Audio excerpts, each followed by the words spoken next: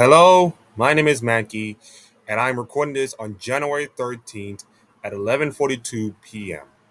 In a couple of hours from now, the League of Legends 2026 season is about to begin for both the LCK and the LPL in a couple of days across all the world as we are about to descend on the road to Worlds in America. Now, we've realized that there are 14 teams competing for the LPL's cup top spots in First Stand, in MSI, and at Worlds. Unfortunately, sadly, we have to sacrifice two teams in order for the economy of the LPL to work. And unfortunately, I have to cover one of them. It's not the obvious team that will be coming later on. But we have to talk about FPX. We have to talk about the lovely, incredible, but flawed team of the Fun Plus Phoenix, who just a couple of months last year recently announced that they no longer belong in League of Legends. So it's time for me to dissect this incredible bird with wings of fury who shocked the entire world and then pretty much fell off the cliff in one fell swoop. It is time for me to talk about the death of a team, the Fun Plus Phoenix episode. So everybody, like, comment, subscribe, and we begin. So, Fun Plus Phoenix decided to be created in 2017 under the ownership of Fun Plus, a video game developer that produces the likes of Tile Survive, DZ Dark Legion, and etc. And there was a match 3 game, of course, but we're not going to get into that. March 11th of that year, the Cool decided to join Bing, and the 2018 spring lineup goes Game Goon, Pepper, Cool, LWX, and Crips with BSYY as their coach. FPX finished 9 and 10 with a 21 and 24 record in the Western Conference because, of course, back then the LPL have the Eastern and Western Conference, and unfortunately missed the playoffs by 4 series games behind Team WE. Then Jin joins on May 21st, Pepper leaves on May 23rd, Alex joins on June 13th, and signed a two-year contract with Jin being substituted. And all of this came in the jungle. Most of their times are coming in the jungle. If you think BLG have problems in the jungle, FPX back in 2018 has. May 24th to June 1st, Han Chi replaced BSNY as coach and Ming Jin joined as manager. The lineups are Game Goon, Alex, Cool, LWX, and Crips, with Ming Jin as manager. They did improve, of course, slightly. They went 8-11, 20 of 26 in terms of games. So they have 1 series less and a few games less, but it didn't make the playoffs. So there's that. And unfortunately, they lost to JDG 3-1. And this was not a good JDG team, not the big JDG team that we all know today, but a pretty middle average JDG team. But they did make the playoffs the first time around. No worlds for them. But now we come to see the dominant FPX team that we know today. December 7th to 10th, Mingjin left the team and Warhorse decided to become the replacement. Cool left the team on the 6th and replaced by Mr. Doinby himself. Then Tian joined the 17th. This is, of course, the 2019 spring split lineup. Gimgoon, Tian, Doinby, LWX, and Chris. This is going to be the lineup that is going to dominate LPL. And spoiler alert, probably dominate the world. Warhorse was the coach in that time. Doinby and Tian were unstoppable, finishing with a combined 22 MVPs. There's 11 MVPs between these two. Both were first team All Pro, and Doinby won the MVP, the regular season MVP, of course. They dominate that entire standings, 13-2, with a 28-10 record. This team went from 9-10 and 8-11. That is 17-21.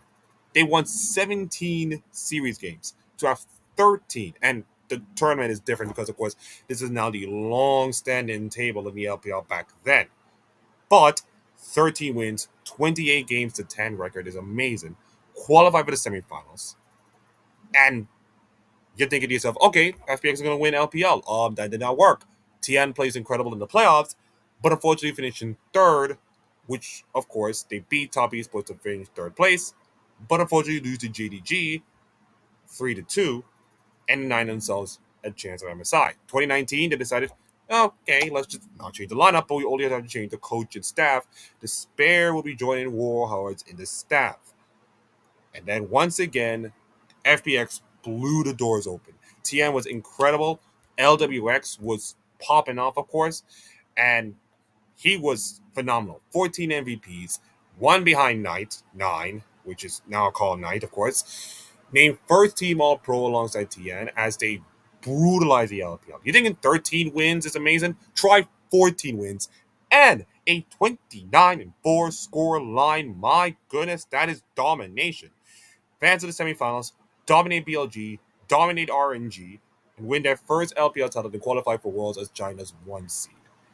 So they came from absolutely nothing, from a 9 and 10 first year, 8 and 10, 11 the second year, to being 13 and 2 and 14 and 1. They have gone from 17 wins to 27 wins in series scores, in best of 3 scores, of course. We're not talking about like game scores, we're talking about series scores. So that improvement is amazing.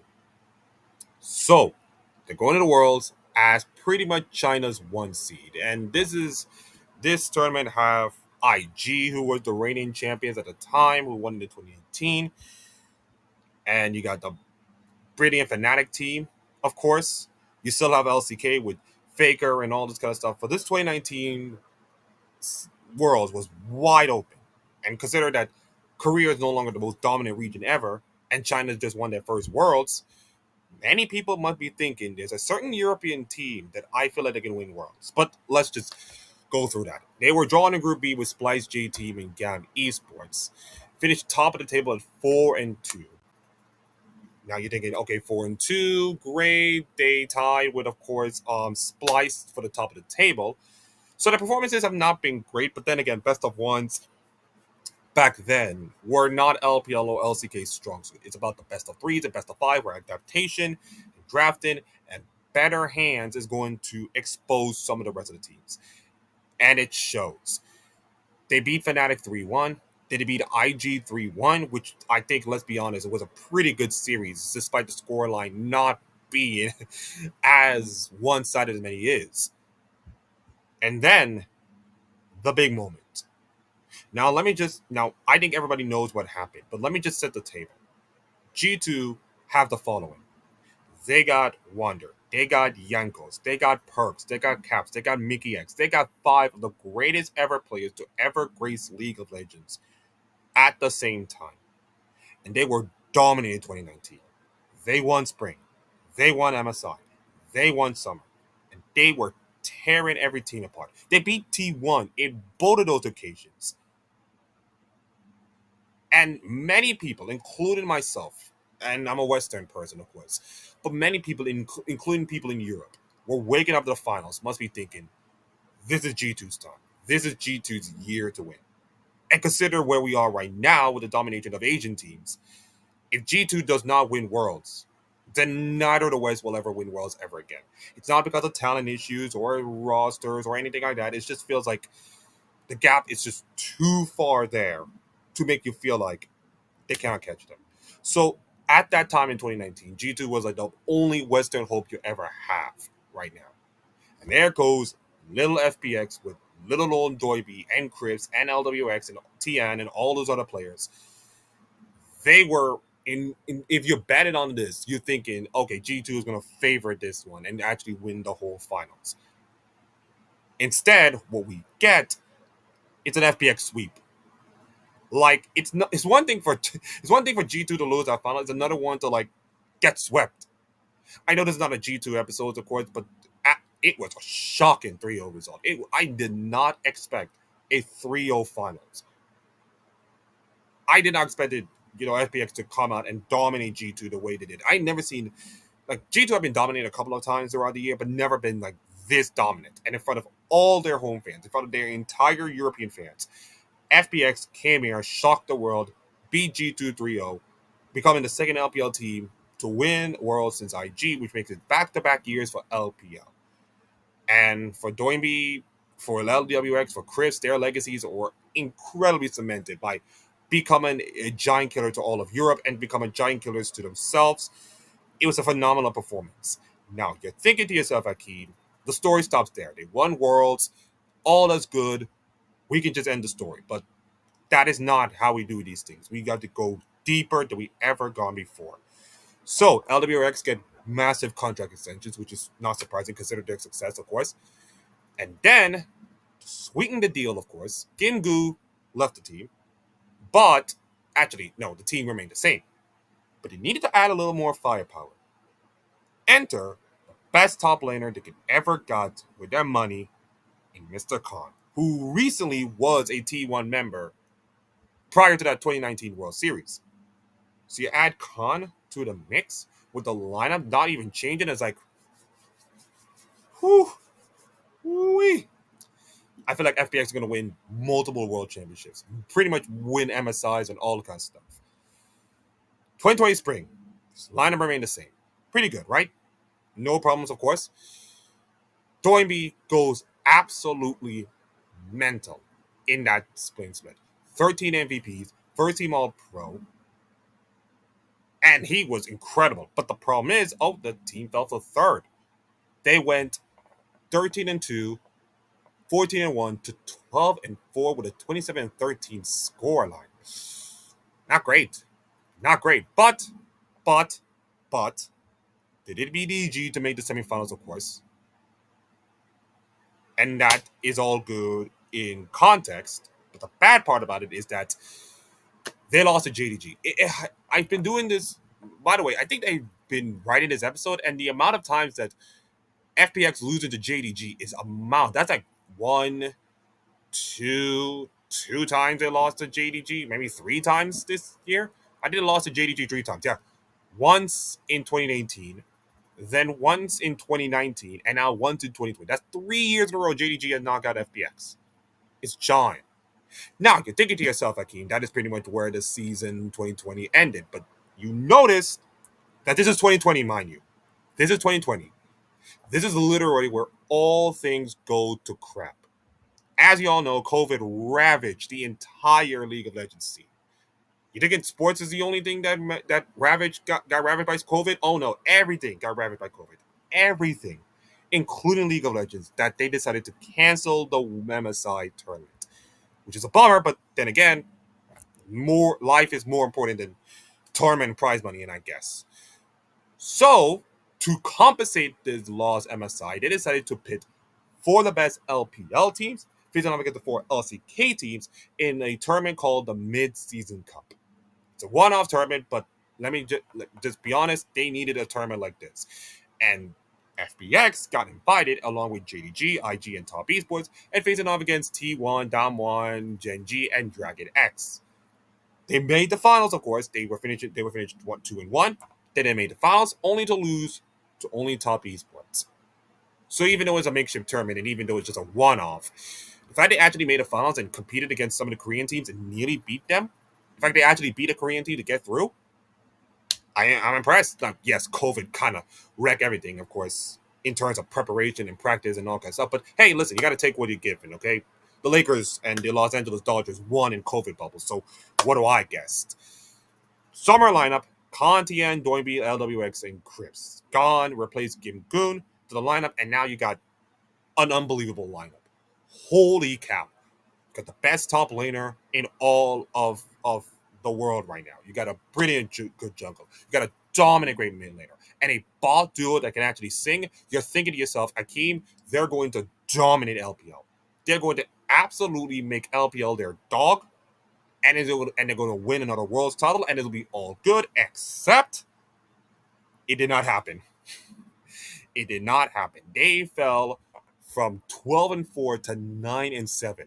3 games lost and 22-19 in game score. Not good. They made the playoffs. They made the playoffs over RNG, EDG, VG Gaming, 888.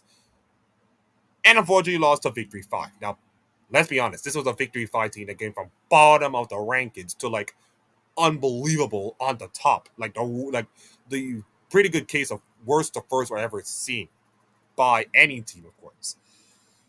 So they did make regionals because of their impressive performance in spring. They made regionals because of it. And unfortunately, They lost to IG, the same IG team that the FPX beat en route to winning the finals. It was a close 3-2 series, but IG went on to make Worlds. Actually, did not make Worlds, by the way. They did not. It was Sunin Gaming. Yeah, I think it was Sunin, Top Esports, and yeah, Sunin, Top Esports, and JDG making it. Yeah, that's how I go by it.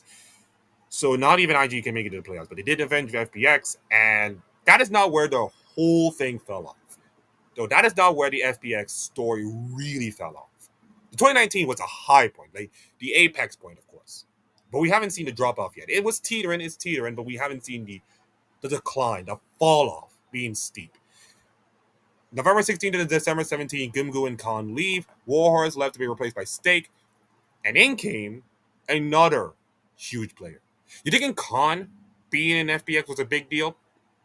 How about we sign a world champion top laner? Just days, and I said days after winning their first world championship for Dam1 Gaming, Nuguri comes to FPX. My goodness of gracious, look at it. I mean, it's already a great lineup. Nuguri coming in with his experience, with his championship performance. I have to tell you, man, this is going to be huge. This is FPX is going to be the year. It's FPX is going to be the year. But unfortunately, once again, jungle comes back to bite them in the butt. You thinking BLG this year have jungle problems? FPX, man. FPX got jungle problems all over the wazoo. So let me explain. 2021, Tian became an inactive. And then, of course, Bo came in there. No, not Bo Jackson. No, not the other Bo Jackson. Mr. Bo. Chinese, dominant, cracked out jungler in Bo. And he was popping off in all kinds of situations. He was brilliant in a couple of weeks, and then um, he was suspended because of match fixing, and then of course suspended in July 1st. That's not good. Yeah, match fixing in China. Not a good look, man. Not a good look, especially in League of Legends terms, and especially in Riot case. Like match fixing in an era right now where gambling is becoming like a norm in these things. It's not good. Not good for my boy. So they decided that they wanted to bring in a replacement. And guess who they replaced? Beidwang!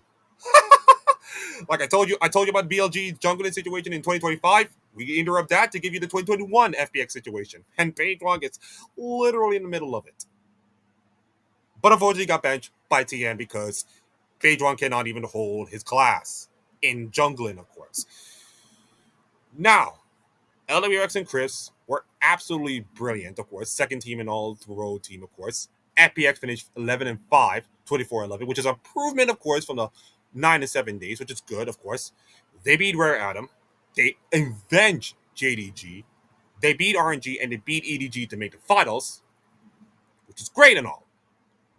But only losing to RNG in that finals. And that was a RG team with Gala, with Yahoo, with pretty much a decent, good lineup. Of course, they went on to win Worlds, beating Damo and Kia in the Iceland COVID situation. And the COVID still at that time, of course.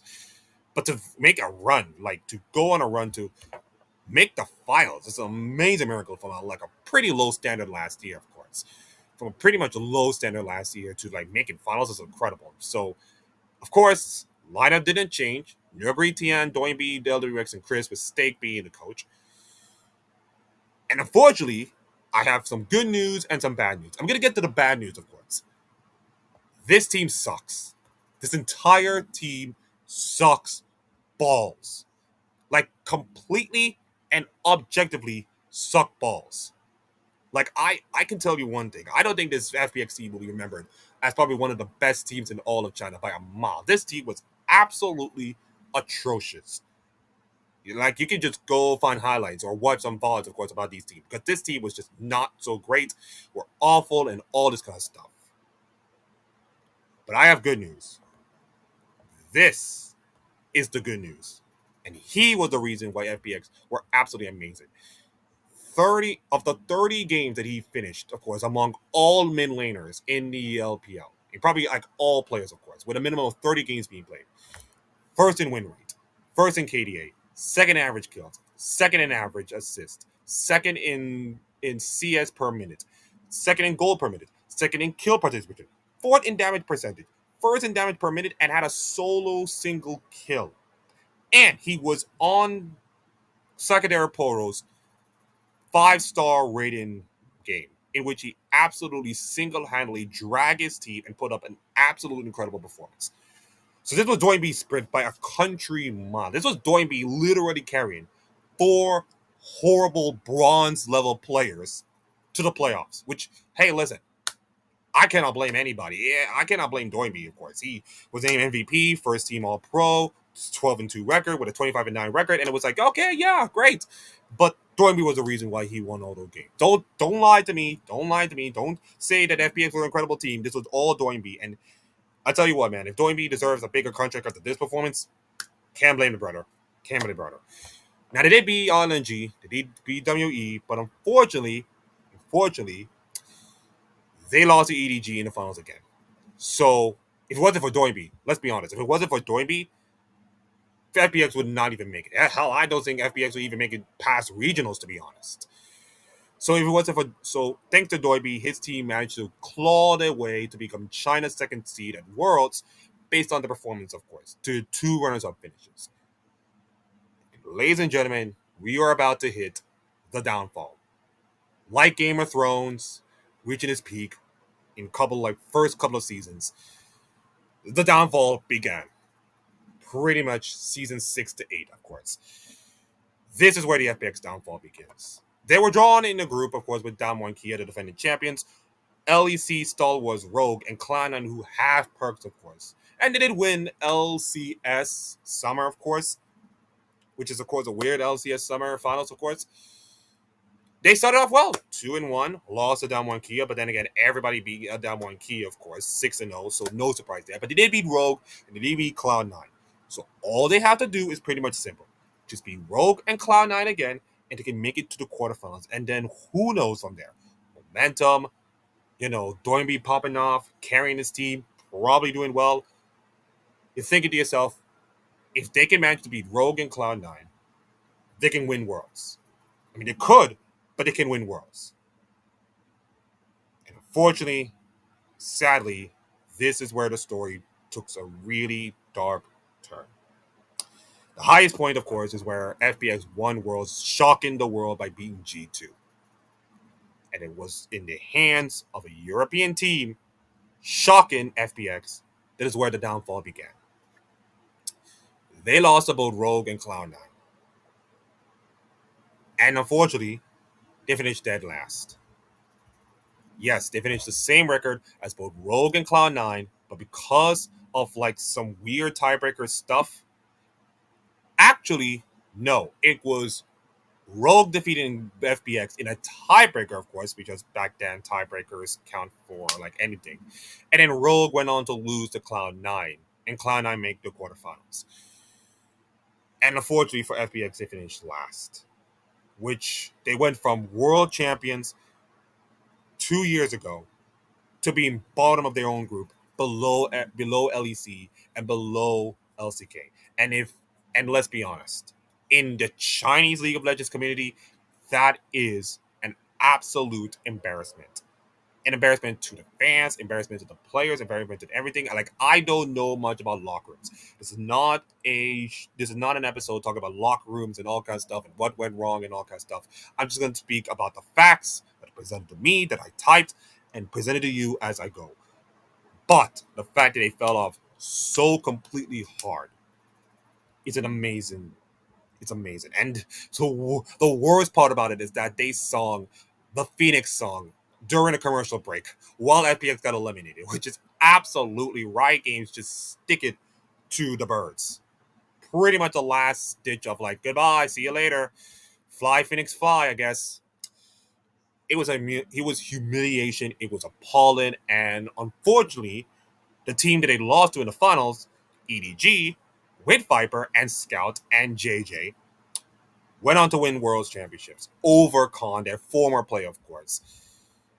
And yeah, That's horrible. And unfortunately, this is where the entire story of FPX took a really dark and really sad turn. On November 16th to December 13th, the entire roster blown up. Nugri, Tien, Doinby, Cripps, gone. All gone. Three of the 5 players that won Worlds are gone. If you add Nugri, one of the players that actually won Worlds, that's pretty much the entire team that won Worlds gone. Like that. They were replaced with Xiaolu in the top, Gori mid, Hong and Lele as support with Beidong holding the jungle. And if you look at this lineup, look at this lineup. Just look at this lineup. Nurgri, Tien, Doinby, LWX, and Cripps. Like, oh my god. This is an A tier, S tier lineup. Pretty much an A tier, S tier lineup. Like, oh my goodness. Wow. What a lineup. And now we gone to Xiaolu, Beidong, Gori, LWX, and Hong. Yeah. When it comes to League of Legends and financial situations, if your team does not perform well, it doesn't matter how good they are. It doesn't matter if they win Worlds or nothing. You financially, you just can't hang with these people. You just can't hang on to them. And you get lineups like these, it's going to get real bad and real ugly. And they didn't make the playoffs. They finished 10th, barely, with a mid score of 8-8 and 21-21. But they got crushed by EDG in the first round. Beidong left for the academy. Gori leaves to be replaced by Clid and Claire, respectively. And let's just shake up the lineup even more because we decided to add a North America player, by the way, the name of Summit, who once upon a time was a Cloud9 member. So okay, we got Clid and Claire. Clid is a pretty good player, of course. Clid was a pretty good player. You got Care, he's okay, and Summit was good, but we'll see what happens. Okay, I still have hope. Come on, let's see. We have hope. Oh no. 7-9, 19-21. They fell off. They went 9th, beat OMG. Great, good job. But unfortunately lost to EDG. So yeah, they lost 3 times to JDG and 3 times to EDG in their entire lifetimes. Like Christ Almighty, that has to be painful for them. And then Stake, Clid, Summit, and Hong were all left. This was between November 22nd and December 15th. They were replaced by Juicy, Hacker, and Fearness. And then you can look at the lineup. Xiaolu, Hacker, Care, LWX, and Juju. Like, oh my goodness gracious. This lineup's AIDS. This lineup's literally AIDS. Oh my goodness, this is just brutal. Yep. And it shows 4-12. They went from 12-2. No, actually, let me just go back. They went from 14-1. They went from 14-1 to 12-4 to 9-7 to bounce back to 11-5 to 12-2 to 8-8, and now 7-9, and the bottom fell out at 4-12 with a 13-26 score line and finished 15th. Yeah, this is the low point of FPX right now. This is literally the low point of FPX. At least they kept the roster, which is good news. Thank God. Continuity, great. Continuity, great. Fantastic. They went 6-10, great. 16-12, 21, great. But unfortunately missed the playoffs by a single game. And unfortunately, because of financial reasons, they blow up the roster. Juicy, Hacker, Kunju, and unfortunately, the only player from that 2019 Worlds lineup, LWX, decided that he had enough and decided to leave the team. And now that 2019 team that shocked G2, that beat them in Paris, that won Worlds, and have an incredible moment in the sun, have now all gone to dust. And now replacing them is another promising jungler of the name Milky Way. Okay. We got Moyan, we got Darkdom, we got Life. Okay. And Sin being the coach there. And okay. This is promising. Like young, fresh, upcoming stars trying to revitalize the team and all kinds of stuff with a young coach. Okay, we're going to suck a lot, but we are going to be good. We're going to be good for the next couple of years. Oh, my goodness. Wait a minute. No, we're not good for a couple of years. We're good right now. 4th place, 11-5, 24-16, and Milky Way popping off. Like, ooh, Ooh-wee. Okay. Let's go. Okay, let's go. FPX is doing something. Okay. Um. Ooh. Yeah. Outstanding rookie. Great. And yeah. Okay. We lost N by NIP. But okay. Listen. Great season. 11-5. Great season. Milky Way isn't popping off. If we keep Milky Way, if we keep making the lineup, develop a couple of months, we can go. We can absolutely go. We have to change the lineup, of course. We have to change top lane. Goodbye, Jalalu. Thank you for coming. We were replaced with ZDZ. Great. Wait. You're changing the format, of course, to like group stages, so there's no longer like a big league standings. It's we're splitting you guys into groups, and all right, fine. We're splitting the groups, of course. We're gonna be joining Group Ascend. Great, where all the big teams are, the big name teams, the high profile teams. Great. 3-5, 7-12, not great, but hey, we made playoffs. We beat Thunderdogs Gaming, and oh, why we lose AL. Well, that sucks. So, roster blow up again. This is like the third roster blow up in the last 3 years. Live ZDZ, Milky Way, Dog down the left, Sheer, Bat, Soar, and Dway with Jinsei as coach. And then Shadow decided to join the team because why not? Former Mad Lions jungler. Why not? Split one lineup as Sheer, Sorrow, Care, Bat, and Jayway. And we're coached by Jinsei. And like, okay, okay. It's not the lineup that we wanted, but let's see how we perform well. Let's just see how we can do well. We make me shock and do well. We may shock the world. Oh no. You finished 1-9 in games, 0-3 in the bottom group with NIP, IG, and RG. Marvelous, incredibly marvelous. So Sorrow back, Jinsei are gone. Shadow assume and Ming Jing as coach. Hey, welcome back, Ming Jing. Hey, maybe we can work some magic, of course. Sheer, Shadow, Care, assume Jay Wei as a lineup. Ching Zhe as a coach. And unfortunately, Milky Way joins them and become active from July 29th to August 12th. I think we all know what happened a couple of years later because of the whole match fixing situation. That is just later on. But for now, it's become active and they finished third in Group C ahead of OMG and qualified for the Ascend group by beating LGD and up in the qualifier. Okay, we made playoffs. This is great. This is absolutely great. Actually, no, we did not make playoffs. You actually make it to the other group, the big group, of course, while the little group gets to go there. But you qualify for the bigger group. In a weird format back then, but you qualify for the bigger group. So, okay, great. 6-12, 8th place, 17-27, and being replaced in the ninth rivals matchup with NIP and Doinby. Yes, remember Doinby, who won Worlds in 2019 and was incredible in 2021? He decided to join NIP and beat them, of course. No, actually, scratch that. They beat Doinby 3-2 and qualify for the playoffs. Oh, hallelujah. Okay. We're into the playoffs. I know the team is not as great. I know the situation is not as great financially and performance wise. If we can make a run, if we can actually make a run, maybe it will give these people, oh no, we lost a top in IG. Yep.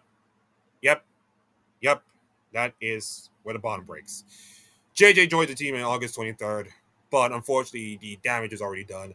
The performances in the last couple of years have not been great. Like the low point, the low point was literally at Worlds 2021. This is really much the low point, and they never even recovered. They actually make like 2 playoff appearances the entire time. And because of the whole situation with the LPL being financially contracted, of course, they decided that we cannot supply all the teams. Some of the teams have to go. And yeah, that is where you get FPX being disbanded on November 16, 2025. The entire team disbanded. The coach, the staff, the players, the whole thing, they're gone. The Phoenix have burned up to a crisp and never to be rise up. 198 and 134 in game score, 53%. Cause of depth, LPL construction, and poor performances, which pretty much says it all about where we at with so many teams right now in the current state of League of Legends. That even if you win Worlds, even if you do well, even if you do all of that stuff, the financial door will slam you in the face. Construction will come for you. and there's nothing you can do about it. Now, this is not the saddest team that I'll be covering in the league in the whole death of a team thing. I think everybody knows what the next episode will be, but I will save that for now because I've already done an LCK, an LCS team, an LCK team, and an LPL team. Next week we'll be doing an LEC team. And this is, of course, another team that actually did make it to World 2031 and shocked the world, of course, by beating FPX. And they will go on to do better things, but unfortunately, one co-streamer decided to just wreck this whole thing up and mess it up. But for now, as I look at this FPX incredibleness, this team used to be a gaming producer. It used to be a video game producer, and it was incredible that a video game producer decided to go into a tournament or go into a game that had been produced by a video game developer in Riot, and they did well. They did incredible. They had incredible moments. They started off rough, and then they had the lineup that actually dominates and win the whole thing, shock the world, and all kind of stuff. And it kind of not so great, but Doinby was carrying them, and one player was amazing, and then they fell off, and they were never the same, and all this kind of stuff. So it's sad, yes, but it's not as brutally sad as their other counterparts in RNG. But it goes to show you that League of Legends is a cruel, cruel world, and esports, if not being handled by the right people, it's gonna leave you in a cruel taste with your mouth. Yeah, that's pretty much along the lines. So, anyways, thank you for watching. Enjoy the League of Legends season as a whole. Like, comment, subscribe to all of these stuff. And I will see you all next time.